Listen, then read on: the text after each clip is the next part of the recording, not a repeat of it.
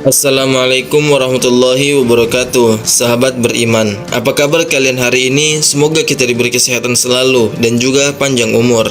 Kelompok Wahabi. Mendengar kata ini, pasti kebanyakan masyarakat di Indonesia sudah tidak asing dengan kelompok yang satu ini. Mereka digambarkan sebagian kelompok ini sangat menyeramkan dengan ajaran yang menyimpang dan juga mengkafirkan bahkan membid'ahkan kelompok lainnya. Lalu apakah hal ini benar adanya? Dan apakah benar ada kelompok yang mengunggulkan kebid'ahan ketimbang sunnah Rasulullah Shallallahu Alaihi Wasallam? Untuk itu, sebelum kita melanjutkan video ini, ada baiknya kita untuk bersahabat terlebih dahulu dengan cara menekan tombol like, komen, dan juga subscribe. Tonton video ini sampai habis agar kita tidak menyimpang dan juga sesat.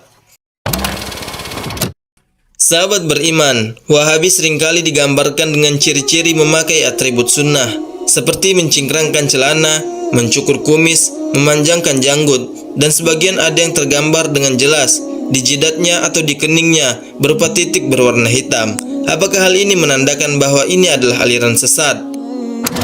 Sebagian orang enggan bahkan anti dengan hal tersebut.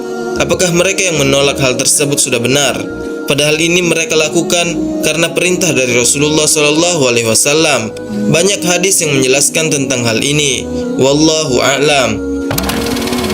Sahabat beriman, perlu kalian ketahui kesesatan Wahabi. Wahabi adalah kelompok atau golongan orang yang memiliki pemahaman keliru. Tetapi ini sudah lama sekali, yang terletak di Maroko, terjadi di zaman Abbasiyah. Dan gerakan ini atau kelompok ini sudah dimusnahkan oleh Khilafah Abbasiyah, dan pemimpinnya sudah dihukum mati, dan pengikutnya sudah tidak ada lagi, sudah dimusnahkan. Lalu mengapa masih ada gelar Wahabi saat ini? Sahabat beriman, perlu kalian ketahui terkait kaum Sunni, yaitu orang-orang yang mengamalkan amalan sunnah, sehingga disebut dengan golongan Sunni.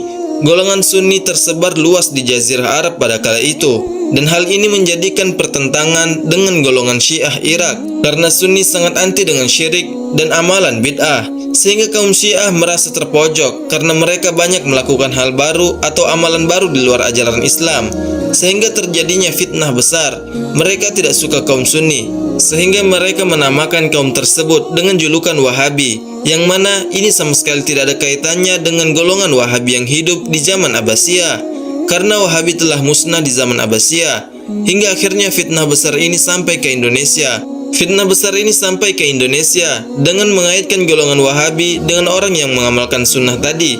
Padahal orang yang dikatakan Wahabi di era sekarang, mereka hanya mengamalkan sesuatu yang sunnah. Mereka juga bermazhab, juga melakukan sholawat, dan juga melakukan tahlil. Hanya saja mereka berbeda pengalamannya dan pengamalannya dengan kebanyakan muslim di Indonesia. Tetapi bukan berarti mereka sesat, dan mereka juga tidak menghalalkan darah orang kafir. Buktinya orang non-Islam di Indonesia sampai saat ini masih aman-aman saja. Bagaimana menurut kalian?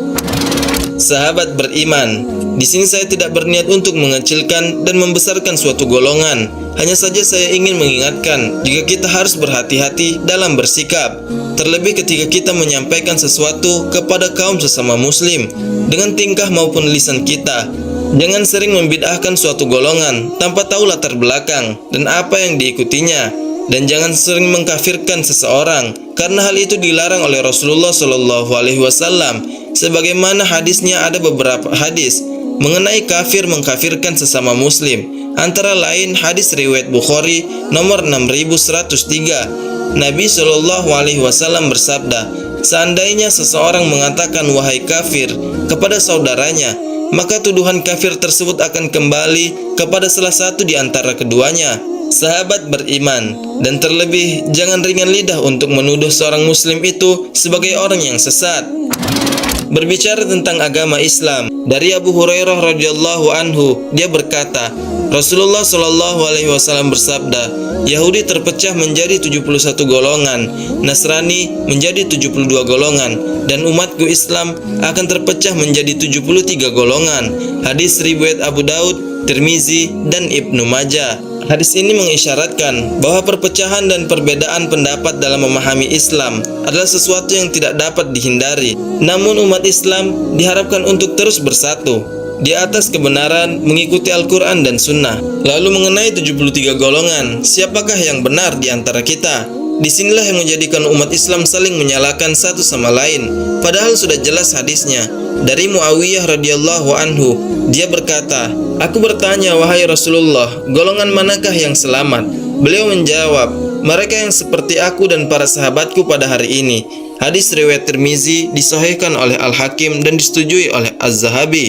Dalam riwayat lain yang disahihkan oleh Al-Albani dari Ar-Faja, dia berkata, "Aku bertanya, wahai Rasulullah, golongan manakah yang selamat?" Beliau menjawab, "Mereka yang mengikuti apa yang aku dan para sahabatku jalani hari ini."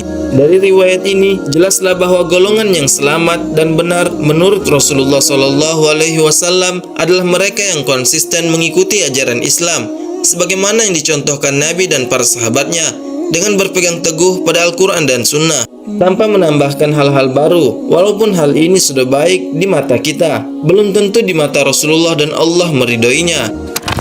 Sahabat beriman, sudahlah jelas dengan hadis ini. Semoga kita diberikan kemudahan oleh Allah dalam memahami ajaran dan perintahnya. Saya mengajak kita semua untuk saling menghormati semua muslim, khususnya yang bersarung belum tentu bid'ah, yang cingkrang belum tentu sesat ataupun wahabi, karena mazhab adalah thariqah atau jalan untuk mempermudah kita dalam beramal. Dan mazhab yang sangat terkenal ada 4, yaitu mazhab Syafi'i, mazhab Hambali, mazhab Hanafi, dan juga Maliki. Yang pasti dari keempat mazhab ini boleh untuk diterapkan. Berbeda bukan berarti sesat, selagi hal itu ada anjuran dan larangannya yang sahih. Nah, oke sahabat subscriber, itulah tadi penjelasan sedikit tentang seseorang yang mengamalkan sunnah. Bukan berarti kaum wahabi, dan mereka juga tidak ingin dikatakan wahabi. Cukup sekian pertemuan kita hari ini. Video ini tidak mungkin benar 100%. Intinya kita ambil hikmahnya dan kebaikannya. Apa yang bisa kita maknakan tentang saudara muslim sesama kita. Jangan saling mengsiku dalam urusan peribadatan. Semoga bermanfaat. Share ke teman-teman kalian agar mereka bisa mengetahui apa yang kalian ketahui hari ini. Semoga mendapatkan keberkahan oleh Allah Subhanahu wa taala. Kita akan bertemu di lain waktu. See you next time. Assalamualaikum warahmatullahi wabarakatuh.